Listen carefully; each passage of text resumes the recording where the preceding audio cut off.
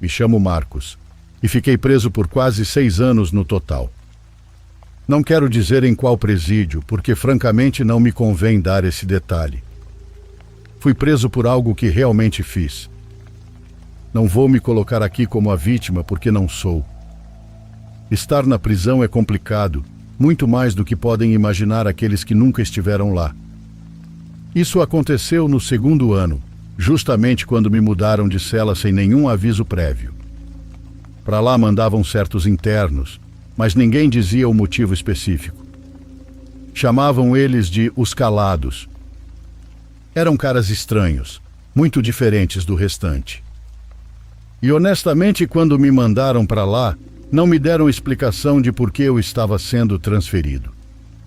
A verdade é que eu também não perguntei, porque uma das primeiras coisas que você aprende na primeira semana de cadeia é que lá dentro não se faz perguntas, só se obedece. É assim que tudo funciona lá dentro. Já na nova cela, o primeiro que falou comigo foi um interno velho, de barba branca e com uma cicatriz na sobrancelha esquerda que parecia aqueles risquinhos que os moleques usam. Em voz baixa, ele me explicou que ali se faziam rituais, que tudo era comandado por um homem chamado de o Sumo Sacerdote. Esse homem não tinha nome, pois ele mesmo havia matado com as próprias mãos todos que sabiam qual era seu nome. Como não havia ninguém vivo que soubesse algo sobre ele, o sujeito era um completo mistério. A cela desse homem ficava no final do corredor. As paredes tinham marcas e as grades estavam com coisas grudadas parecendo sangue seco. O velho me disse que aquele módulo não estava exatamente sob o comando do sumo sacerdote, mas que aquele lugar pertencia a Satanás e que o sumo sacerdote fazia tudo em nome dele. Disse que os calados não eram assim porque estavam traumatizados, mas porque faziam voto de silêncio por certos pedidos que haviam feito ao Senhor do Inferno. Como podem imaginar, tudo isso que o velho me dizia parecia bem louco, ou no mínimo, muito exagerado para ser verdade. O sumo sacerdote só saía da cela à noite e certamente tinha acordos com o diretor do presídio. Nunca se via o rosto dele por completo porque usava um capuz grosso, mas dava para ver que tinha tatuagens da testa até o peito. Como eu disse, sempre usava um manto vermelho que cobria dos braços até os dedos e caminhava devagar. Ninguém o olhava diretamente e alguns até abaixavam a cabeça quando ele passava diante de suas celas. E ele seguia caminhando sem parar. Muitas daquelas noites eram feitas cerimônias. Nesses eventos usavam velas vermelhas, terra e o sangue já coagulado de alguém, derramado no chão. Com isso desenhavam símbolos, e eram sempre os mesmos. Eu via tudo do meu colchão. Na primeira vez em que tentei perguntar sobre aquilo, me responderam que se eu não quisesse acabar pendurado numa grade, era melhor não fazer perguntas. Disseram que o último que esteve ali foi encontrado enforcado com o próprio cobertor. Estava tão alto que nem com ajuda alguém conseguiria se pendurar daquele jeito. Os guardas disseram que ele havia tirado a própria vida, mas ninguém acreditou. Aquele aviso foi claro e direto. Mesmo assim, eu não conseguia ficar na dúvida. Então fui dando um jeito de entender como tudo funcionava por lá. Vocês sabem, isso se consegue fazendo amizades, sendo curioso, escutando o que os outros falam e oferecendo cigarros. Sempre parecia que eu só queria conversar, quando na verdade estava tentando descobrir as coisas. E assim, em linhas gerais, vou contar o que descobri. Para começar, Satanás não aceitava qualquer coisa como sacrifício válido, só aceitava certos corpos. Existiam regras. As oferendas tinham que ser pessoas terríveis. Por exemplo, quem fazia mal a crianças, essa carne era rapidamente aceita. Isso não fazia muito sentido para mim, porque eu pensava que Satanás ia preferir um religioso ou algo do tipo. Não achava que ele gostaria mais dos que viviam fazendo o mal. Era uma prisão, todos nós éramos maus. Mas ao que parecia, Ser mau e agir com maldade deliberada eram coisas diferentes. Fazer coisas ruins sem prejudicar alguém inocente de forma importante te deixava fora do alcance de ser oferenda. Você precisava ter feito algo terrível e de forma consciente, sabendo que estava machucando brutal e irreversivelmente um inocente. A partir de então, comecei a prestar atenção. Os que sumiam, os que amanheciam mortos, eram sempre os que tinham chegado por esse tipo de crime. Os guardas não se envolviam, não anotavam nada e não faziam relatórios. Só recolhiam os corpos como se fosse a coisa mais normal do mundo. E tudo acabava aí. Mas também havia outro tipo de oferenda, feita com ratos. Os ajudantes do sumo sacerdote amarravam vários ratos pelas caudas com um fio vermelho. Depois que estavam bem presos, colocavam fogo neles enquanto rezavam coisas bem perturbadoras. Uma noite, tive que dormir perto da grade.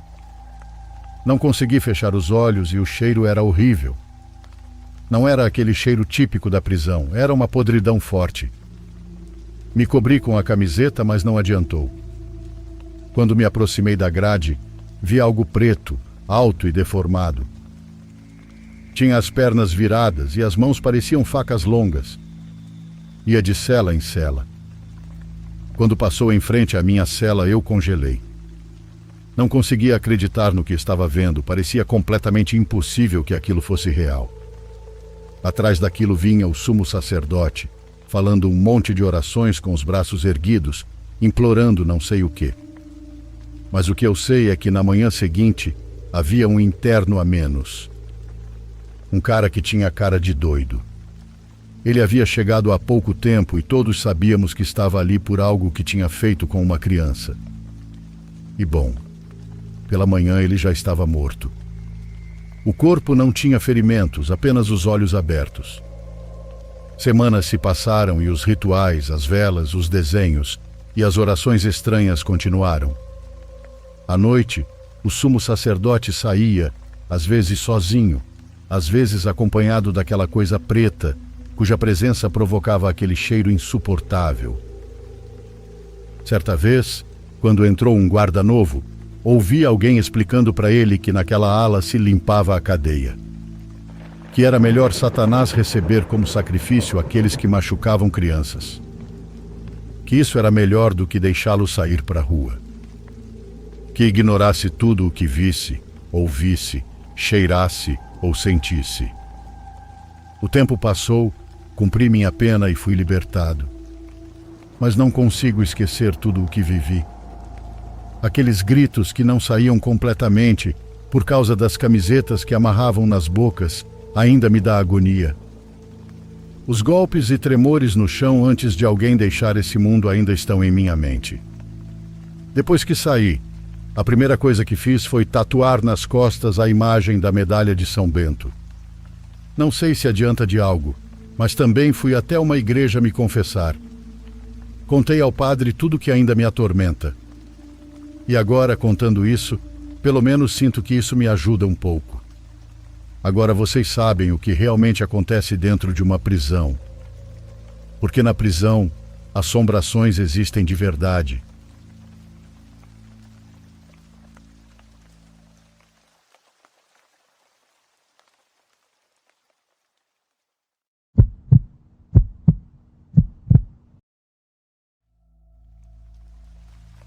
Meu nome é Alejandro e vou contar uma história que aconteceu em Olhos de Água, um vilarejo pequeno localizado na região limítrofe entre Quintana Roo e Campeche, no sudeste do México. Para que vocês se situem melhor, estamos falando de uma região que faz fronteira com Belize e fica não muito longe da Guatemala. É uma área de selva densa, com caminhos difíceis e até pouco tempo atrás, com pouquíssimo contato com o mundo exterior. Na verdade, só há cerca de 10 anos é que chegou energia elétrica por lá. Antes disso, quando caía a noite, a escuridão era total. Só era interrompida por velas e lampiões a querosene que usávamos nas casas. Embora hoje em dia tenhamos internet e as coisas tenham mudado bastante, O povoado continua sendo tranquilo e cercado por mata alta. Por estar em uma localização tão peculiar, no meio de 3 países, Olhos de Água sempre foi um ponto onde caminhos invisíveis se cruzavam. Era normal, por mais incrível que pareça, encontrar pessoas completamente desconhecidas no meio da selva, em lugares onde a gente pensaria que não deveria haver ninguém. Essa história me foi contada por Mário e seu compadre Miguel, 2 caçadores que certa noite se depararam com algo estranho na selva. Algo que mudou para sempre a forma como viam aquele mato. Em Olho de Água, embora fosse raro, de vez em quando os caçadores encontravam pessoas que não tinham motivo algum para estarem ali. Eram contrabandistas, se movendo entre o México e Belize, exploradores estrangeiros à procura de ruínas maias para saquear, pessoas que haviam entrado na selva à procura de seus animais perdidos e até mesmo narcotraficantes ou militares em patrulha secreta. Esses encontros não eram comuns, eram bastante improváveis, considerando o tamanho imenso da selva, mas quando aconteciam, podiam ser extremamente perigosos. No mato fechado não há leis, não há polícia e não há a quem pedir ajuda. Um encontro errado significa que talvez você nunca mais volte para casa e ninguém jamais saberá o que aconteceu com você. Na região houve alguns casos de desaparecimentos ao longo dos anos. Não exatamente em Olhos de Água, mas em vilarejos vizinhos. Quase sempre eram pessoas conhecidas por serem ladrões de gado que entravam na mata para roubar e simplesmente nunca mais voltavam. Ninguém investigava muito, a vida seguia e os desaparecidos viravam causos contados nas noites de bar. Meu tio Mário era um homem simples, de poucas palavras, típico senhor de rancho, mas que conhecia a selva como poucos. Tinha 48 anos naquela época, por volta de 1996, e havia passado a vida toda andando no mato. Seu compadre Miguel era um homem forte e respeitado no povoado, também experiente na selva e na caça. Hoje vou contar sobre algo que era muito comum antigamente no povoado: o linternear. Era assim que chamávamos sair para caçar à noite. A técnica consistia em subir em árvores grandes, perto de lugares onde os animais costumavam passar ou beber água. Os caçadores esperavam por horas na escuridão total, com as lanternas apagadas, atentos a qualquer som. Quando percebiam que um animal se aproximava, acendiam a luz de repente. O animal, surpreendido pelo clarão, ficava paralisado por alguns segundos, tempo suficiente para o caçador atirar. Numa manhã de outubro, meu tio nos avisou que naquela noite ele e Miguel iriam caçar.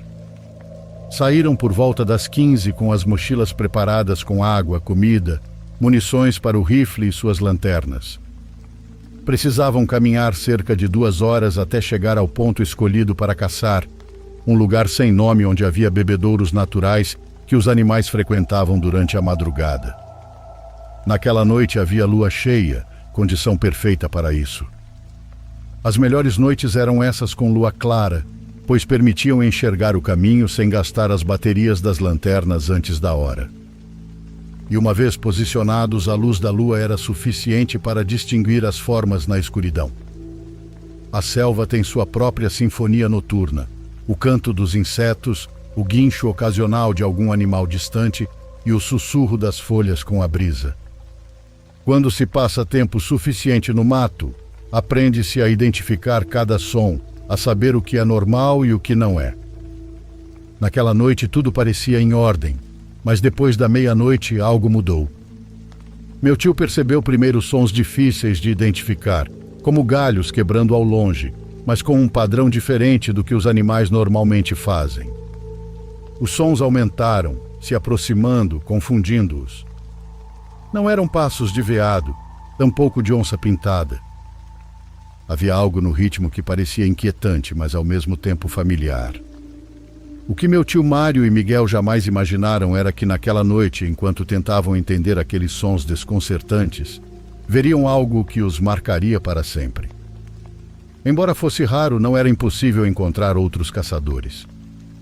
Mas naquele ponto específico, tão longe do povoado, naquela hora da madrugada, era extremamente improvável. A selva é imensa, e encontrar alguém naquele exato lugar, naquele exato momento, era como ganhar na loteria. A princípio pensaram sim que talvez fossem outros caçadores com a mesma ideia, mas à medida que os sons se aproximavam, e com a luz clara da lua cheia, conseguiram distinguir algo que os deixou gelados de medo. Era um grupo de pessoas completamente nuas, movendo-se entre a vegetação. Não vinham todos juntos, mas em grupos de 3, espaçados entre si. O curioso é que, segundo meu tio Mário, passaram 3 grupos, num total de 9 pessoas. No entanto, Miguel sempre insiste que foram 4 grupos, ou seja, 12 pessoas. Essa diferença nunca foi resolvida, e me faz questionar se ambos realmente viram a mesma coisa naquela noite. O mais estranho é que várias dessas pessoas usavam o que pareciam ser coroas feitas de cipós ou algum material parecido. Mas o que realmente aterrorizou meu tio não foi só a aparência delas, e sim o choque absoluto daquela situação. O que estavam fazendo pessoas nuas no meio da selva fechada, a quilômetros de qualquer estrada ou povoado em plena madrugada? Como tinham chegado até ali? Meu tio diz que o que sentiu foi um medo diferente de todos os outros que já havia sentido. Não era medo de um animal perigoso, nem de um humano armado. Era o terror que vem ao se deparar com algo que rompe completamente com a sua compreensão do mundo. Aquilo não tinha explicação. Não se encaixava com nada conhecido. O grupo passava em absoluto silêncio, e meu tio jura que não ouviu uma única palavra, nem um murmúrio entre eles. Apenas caminhavam, mas faziam isso de forma perturbadora. Pareciam hipnotizados ou em transe. Ele se lembra claramente que davam alguns passos, depois paravam completamente imóveis por vários segundos e depois continuavam. Esse padrão se repetia sempre, e o mais inquietante, em nenhum momento viravam a cabeça ou olhavam para os lados, como se estivessem seguindo um caminho invisível que só eles conseguiam ver. Havia uma energia neles que emanava terror. Meu tio, que já havia enfrentado onças e cobras venenosas sem pestanejar, sentiu um medo tão esmagador que nem se atrevia a respirar forte.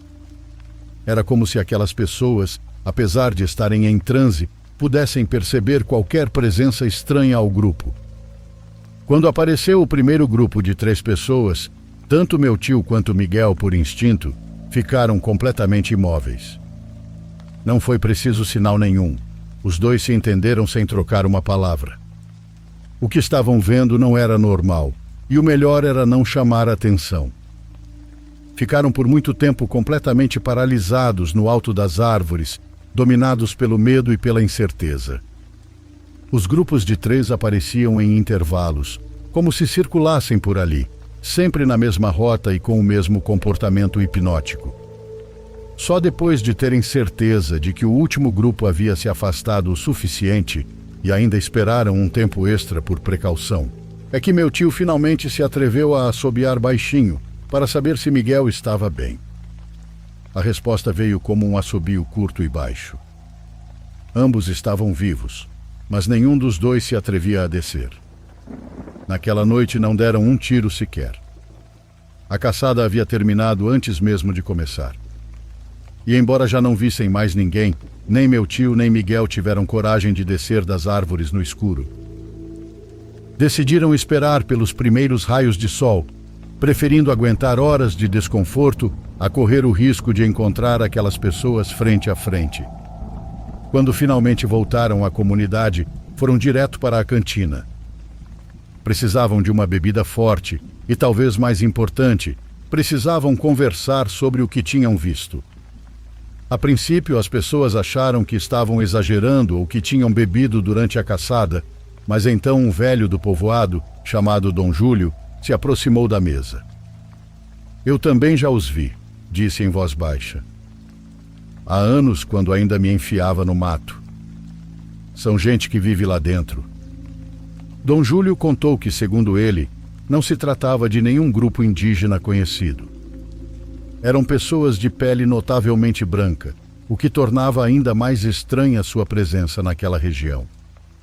Sua teoria era que poderia ser algum tipo de culto ou seita que se isolou voluntariamente no fundo da selva. Outros, na cantina, começaram a dar suas próprias teorias. Alguém sugeriu que podiam ser descendentes de colonos gringos que se perderam ou se esconderam na selva gerações atrás. Outro mencionou a possibilidade de serem fugitivos de algum hospital psiquiátrico que formaram sua própria comunidade. Um dos mais velhos do povoado até falou de uma antiga lenda maia sobre os guardiões do submundo que às vezes emergiam ao nosso mundo. Mas ninguém tinha respostas reais, só perguntas. De onde vinham? O que faziam ali? Por que nus e com coroas? Como sobreviviam? O que significava aquele caminhar hipnótico? O fato é que depois daquele dia, aquela área específica da selva passou a ser evitada pelos caçadores de olhos de água. Meu tio Mário continuou caçando, mas nunca mais voltou àquele lugar. E embora aquele grupo de pessoas tenha sido visto mais algumas vezes por outros caçadores nos anos seguintes, ninguém jamais tentou se aproximar ou investigar. É um daqueles lugares nas Américas onde é melhor não chegar perto.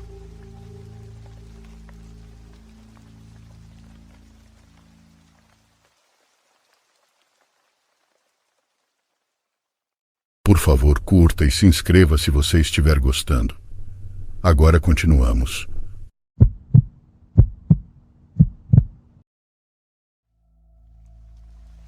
Me chamo Vargas e sou cabo primeiro do Exército Mexicano. Estou há mais de uma década em serviço e já passei por situações que dariam muito o que contar por horas, mas nenhuma se compara ao que vivi com meu pelotão em um vilarejo. Nunca nos disseram o nome do lugar, nem mesmo constava nos documentos oficiais, apenas nos passaram coordenadas e um aviso informal. No aviso, o povo lá estava assustado e que nos preparássemos para qualquer coisa. Éramos 8, o tenente Carrillo, os sargentos Medina e Lozano e mais 5 soldados, entre eles eu. Fomos enviados para verificar relatos de atividade suspeita perto da serra, numa comunidade isolada que, segundo diziam, havia sido abandonada pela maioria dos moradores. Chegamos exatamente ao entardecer. O caminho era estreito e cheio de curvas, ladeado por morros secos e árvores. A primeira coisa que nos impactou foi o silêncio deprimente. Nem o canto dos pássaros, nem o zumbido dos insetos dava para se ouvir. O vilarejo era pequeno, com casas de adobe rachadas e telhados caindo pelo tempo. A igreja ao fundo, muito antiga, parecia mais uma ruína do que um lugar sagrado. Não havia sinais de vida. Apenas 2 pessoas saíram para nos receber, uma mulher idosa e um jovem com o olhar perdido. Ela disse que era a responsável pelo templo e que ainda restavam algumas poucas famílias ali. O restante tinha fugido semanas atrás. Ela nos disse que não foi por causa da violência comum. Aqui desceram elas. Não entendíamos o que queria dizer, mas a idosa baixou a voz e fez o sinal da cruz. Bruxas, sussurrou, olhando com medo para o alto do morro. Nos encarou como se quisesse nos alertar de algo mais, mas se calou. O rapaz apenas nos olhou fixamente e disse que não deveríamos estar ali quando escurecesse. Nos instalamos no que restava do prédio da delegacia local, montamos os rádios, deixamos as armas prontas e revisamos o perímetro.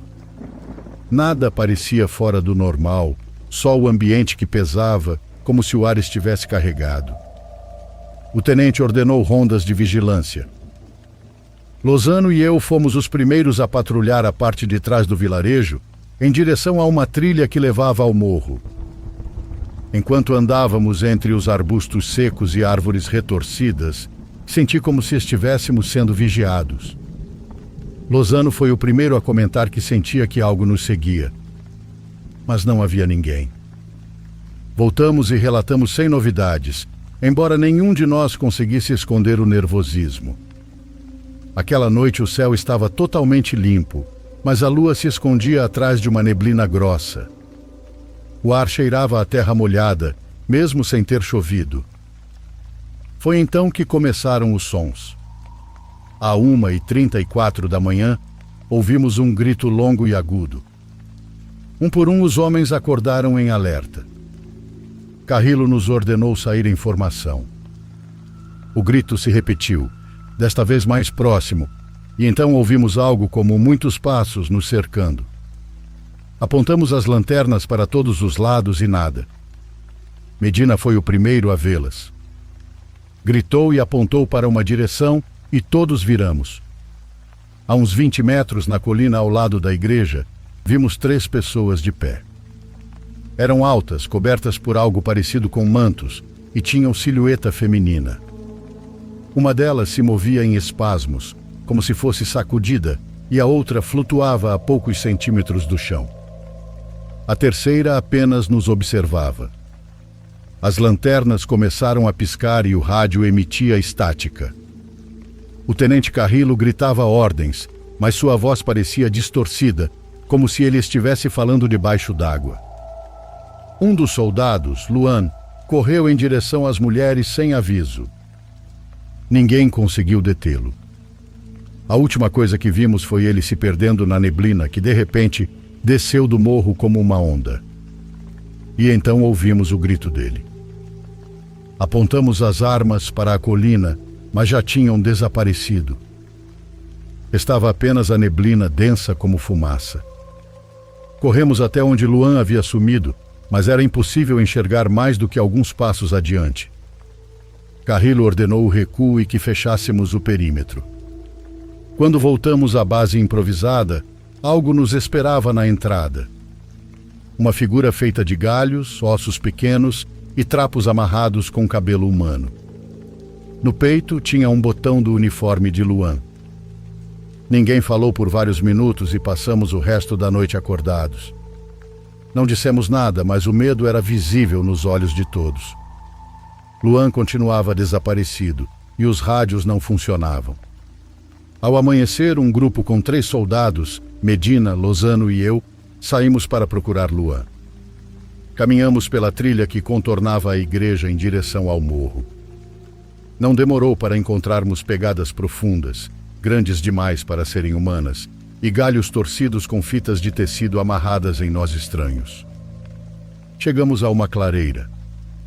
No centro havia um círculo perfeito de pedras pretas, dentro dele cinzas e no meio a placa de identificação do Luan, queimada em uma das bordas. Apenas recolhemos o que restava e voltamos. Ao cruzarmos novamente o limite do vilarejo, a idosa que nos recebera na primeira noite nos esperava sentada em frente à igreja. Ela nos olhou e disse que nosso amigo não voltaria mais e que não deveríamos estar ali. Carrillo a interrogou e exigiu respostas. Ela apenas lhe entregou um papel dobrado, indicando uma área mais acima no morro, marcada com um símbolo que já havíamos visto antes, uma espiral com uma linha vertical. Disse que era lá que ficavam as covas delas, mas que se fôssemos, não devíamos ir com ódio no coração, porque elas sentem. Apesar de tudo, Carrillo decidiu seguir com a missão. Não podíamos abandonar a zona sem confirmação oficial, e obviamente ninguém no alto comando acreditaria em bruxas. Nos dividimos novamente. 3 ficaram para vigiar o povoado e os outros 4, incluindo eu, subimos o morro ao anoitecer. A subida foi brutal, como se cada metro resistisse. Ao chegarmos à área marcada, encontramos uma boca escura aberta na pedra. Não era uma caverna natural, pois as bordas eram talhadas com precisão. Nas paredes tinha espirais, cruzes invertidas, desenhos de figuras humanas com cabeças torcidas e mãos longas. Entramos com lanternas. O ar era frio, mas não como o da montanha. Caminhávamos em formação fechada e a caverna era maior do que aparentava. Os corredores se ramificavam, levando a pequenas salas com restos de velas derretidas, ossos de animais e, em certo momento, uma boneca sem olhos pendurada do teto por um fio de arame enferrujado. O mais estranho era que não havia eco. Era como se a caverna engolisse qualquer ruído que fizéssemos, até começarmos a ouvir vozes. Primeiro suaves, como se alguém falasse atrás de uma parede grossa, depois mais claras. Chamavam nossos nomes.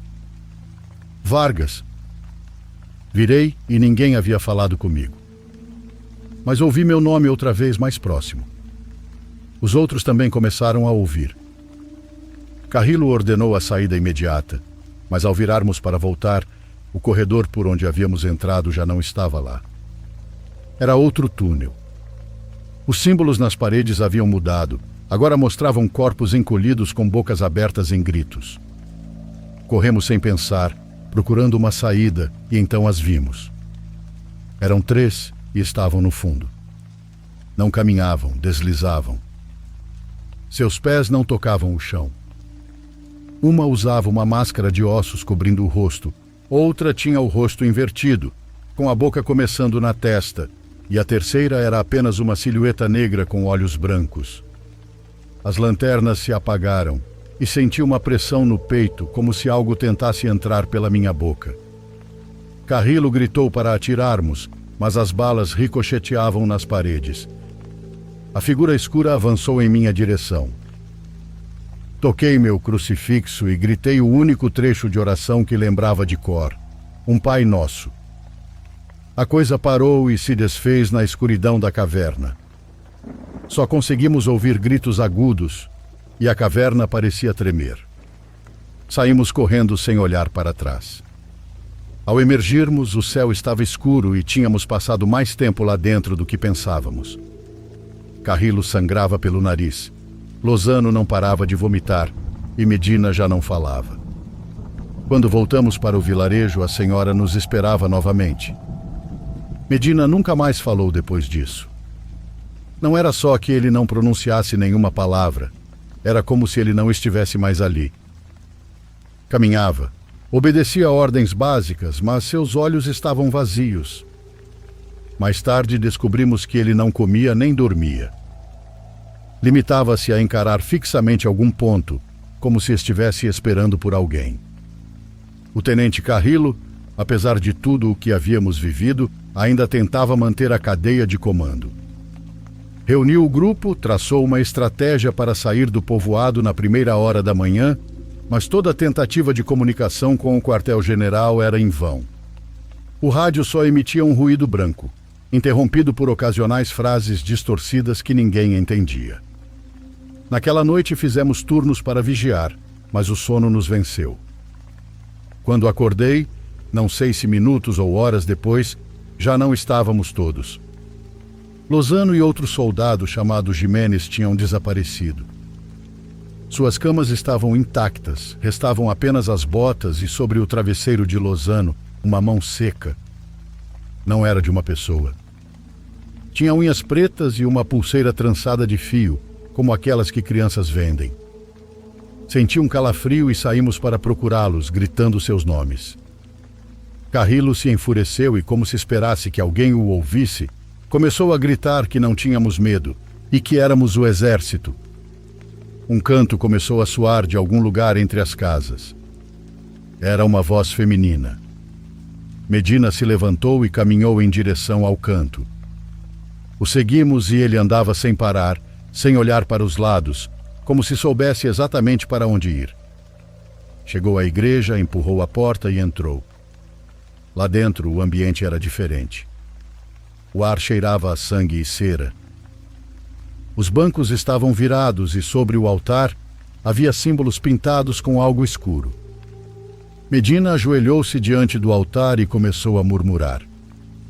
A princípio não entendíamos, depois percebemos que ele estava repetindo a canção. Carrillo se aproximou, mas bastou tocá-lo que Medina se virou com os olhos completamente pretos. Da sua garganta saiu um som que não era humano, um grito como o estalo de centenas de galhos secos se partindo ao mesmo tempo. Seu corpo estava gelado. Voltamos carregando Medina. Já não tínhamos missão, já não tínhamos superior, e só restava o medo.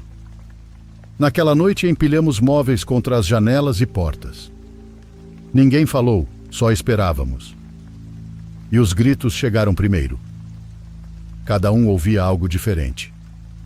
Carrilo se jogou no chão com as mãos na cabeça. Depois vieram as batidas lentas. As paredes estalavam e então a porta se abriu com violência. Uma coisa entrou flutuando. Não tinha rosto, apenas uma máscara de barro com símbolos. Uma sombra saiu daquilo e atravessou Carrilo, o deixando congelado. Vi sua pele secar como se estivessem sugando sua alma. Mas, para ser sincero, não tenho certeza do que vi. Tudo aconteceu muito rápido.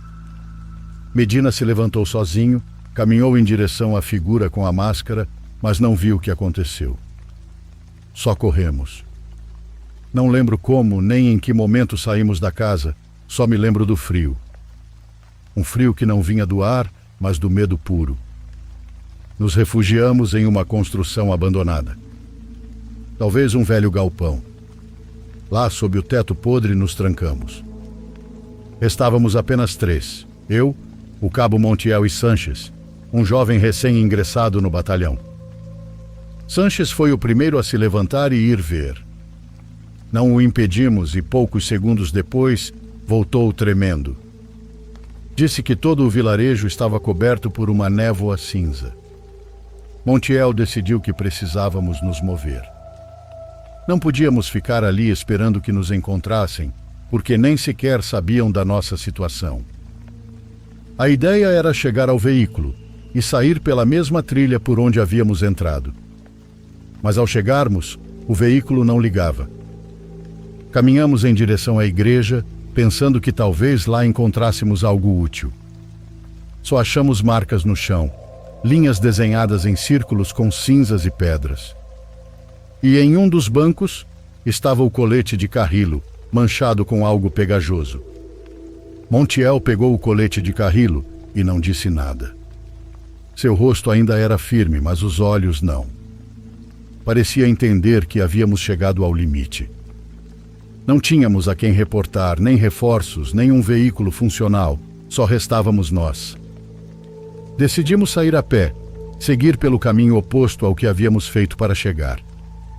Segundo Montiel, se seguíssemos em linha reta para o norte, alcançaríamos uma trilha secundária que conectava com uma velha estrada de terra. Levasse o tempo que levasse, precisávamos sair dali. Nos abastecemos com o que conseguimos: um pouco de água, um pacote de bolachas quebradas, uma lanterna com as baterias quase descarregadas e os restos de um rádio. Sanches caminhava devagar, mas nos acompanhava. Não falava, mas parecia consciente de que estávamos indo embora. As pernas começavam a doer, as botas estavam cheias de terra e o ar cheirava a fumaça, embora não houvesse fogo. Apenas um aroma estranho. Os galhos secos se mexiam, embora não houvesse vento. E foi então que ouvimos os primeiros ruídos. Algo caminhava entre as árvores ao lado da trilha.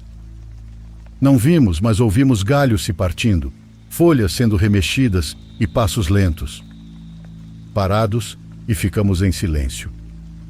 Montiel apontou com sua arma e eu também. Sanches apenas olhava para o chão. Os ruídos nos acompanharam por quase 1 hora e nunca vimos ninguém. Só sabíamos que não estávamos sozinhos. Horas depois, uma névoa começou a cobrir tudo. Não era como a do vilarejo, esta era mais leve, mas igualmente incômoda. As lanternas mal funcionavam, então só víamos alguns metros à frente. E no céu, bem alto, começaram a aparecer umas esferas que brilhavam como fogo. Eram 3, depois 5 e não se moviam como sinalizadores. Deslizavam em linha reta, depois paravam. Depois desciam alguns metros e subiam de novo. As observamos e uma delas pareceu se inclinar como se nos olhasse. Montiel disse para seguirmos, que não olhássemos para elas. Caminhamos sem olhar para trás e não sei quanto tempo se passou, só sei que os passos entre as árvores pararam. Já não havia ruídos, nem luzes, nem sombras, apenas o som das nossas botas na terra. Ao longe, Vimos uma torre enferrujada, daquelas usadas como repetidoras. Era o sinal de que estávamos nos aproximando de uma zona habitada. Meia hora depois, vimos uma viatura parada ao lado do caminho. Tinha 2 oficiais do lado de fora tomando café. Nos viram chegar com o uniforme rasgado, sujos, e com Sanches arrastando os pés. Nos perguntaram o que havia acontecido e demos um resumo rápido. Dissemos que nossa unidade foi enviada para patrulhar uma zona sem nome e que tivemos um problema com o veículo. Nada mais. Um dos policiais nos ofereceu água e Montiel se sentou sem dizer nada. Eu me sentei na parte de trás da viatura e senti o corpo pesar o dobro. Quando o oficial me perguntou quantos tinham saído da base, hesitei. Demorei 1 segundo para responder. Disse 8, depois me corrigi e disse 7. Não tenho certeza de qual número usei no final. Nos levaram para a delegacia mais próxima, depois nos transferiram para um hospital. Não nos fizeram muitas perguntas e Sanches foi transferido para um hospital psiquiátrico em Hermosillo. Montiel pediu baixa meses depois e eu fui realocado. Nunca mais vi nenhum deles.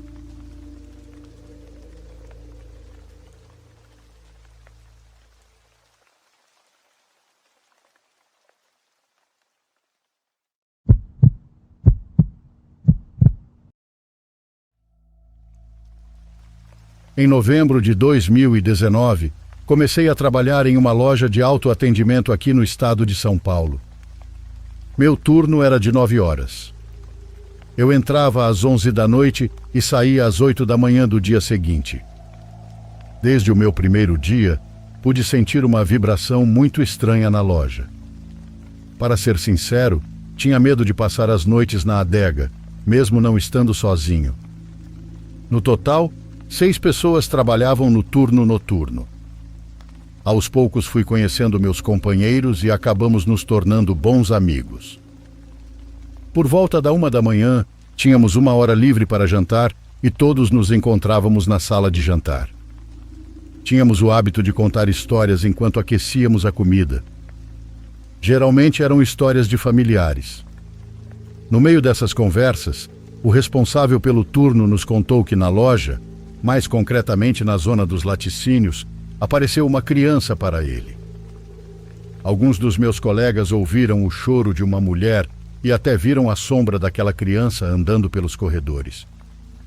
Durante 1 mês, tudo correu normalmente e, posteriormente, algumas coisas começaram a acontecer. Nesse turno, tocamos música nos alto-falantes para aliviar nosso trabalho. Numa daquelas noites, enquanto arrumávamos as caixas, alguém começou a mexer no volume da música. Até mudaram de música várias vezes. Começamos a brincar que os espíritos não gostavam do nosso brega funk. Mas, a partir daquele momento, as coisas pioraram. Começamos a ver sombras passando pelos corredores e coisas caindo do nada das prateleiras. Várias vezes pedimos ao gerente que nos deixasse ver o que as câmeras de segurança haviam capturado, mas ele sempre recusou. Quando a pandemia começou, muitas coisas mudaram no meu trabalho. Para começar, não podíamos mais sair para comer juntos. Tínhamos que sair um por um para evitar o contágio. Uma noite, quando Marcos, um dos meus colegas, voltava do horário de jantar, nos contou que uma voz estava sendo ouvida na adega pedindo ajuda. Era a voz de uma mulher. Ela estava batendo nas paredes, desesperadamente implorando para sair. Como contexto, devo dizer-vos que esta adega estava sempre trancada. Lá guardávamos alguns medicamentos controlados e produtos muito caros. Mas, de fato, podíamos ouvi-la. De alguma forma havia alguém dentro do armazém. Todos podíamos ouvi-la batendo o corpo contra as paredes. Os barulhos que essa mulher fazia estavam ficando cada vez mais altos, e ainda assim, pela janela da porta, podíamos ver que não havia absolutamente ninguém ali. Nas semanas seguintes, esses ruídos não pararam. Seus gritos, seus apelos tornaram-se cada vez mais intensos, e toda vez que tentávamos gravar, não tinha nada no áudio. Eles se tornaram uma coisa cotidiana. A única coisa que nos manteve calmos foi que não podíamos ver nada lá dentro e que a porta estava trancada. O que quer que estivesse lá à noite, não poderia sair de lá. Uma noite estávamos todos arrumando a mercadoria que acabara de chegar. David e Pablo avançaram com algumas caixas em direção ao fundo onde ficavam os laticínios. Não demorou muito para que eles voltassem. Eles pareciam muito pálidos e não conseguiam parar de tremer. Perguntamos a eles o que havia acontecido e eles não paravam de repetir. Nós vimos. Aparentemente, eles estavam falando sobre o garoto, o famoso garoto do local. Disseram que ele havia passado por eles a poucos metros de distância, que corria pelos corredores e que parecia estar brincando como uma criança de verdade. Fomos todos ver o que estava acontecendo. A essa altura já acreditávamos que tudo o que ali acontecia era real, mas felizmente não vimos ninguém. Durante dias, todos ficamos com medo de que ele aparecesse para nós também, que não fossem mais apenas os gritos daquela mulher. Uma noite, por volta das 2 da manhã, saí para jantar. Eu estava tão cansado que preferia aproveitar o tempo para dormir. A área de jantar era muito pequena e mal cabiam algumas mesas. Apaguei a luz e fechei a porta para que ninguém pudesse me incomodar. Coloquei um alarme e adormeci lentamente. De repente fui acordado pelo som de risadas. Tenho certeza de que ouvi a voz de uma criança. O som vinha do outro lado da porta. Não quis olhar para fora. Orei e tentei voltar a dormir. Naquele momento senti alguém tocar minha perna direita. Era uma mão pequena e sua pele parecia diferente. Parecia que tinha me queimado. Acordei com medo e, da melhor maneira que pude, saí da sala de jantar caminhando como se nada tivesse acontecido. Poucos minutos depois verifiquei minha perna e ela tinha uma mancha vermelha, como se alguém tivesse me batido com muita força. Algumas semanas depois, ouvi um amigo do trabalho dizer que também sentiu o toque de mãozinhas, mas foi nos ombros. Havia uma marca vermelha, idêntica à que eu tinha na minha perna. Alguns dias depois, eles nos transferiram para o turno diurno. Saí daquele emprego nos meses seguintes e agora não tenho mais contato com os amigos que fiz lá.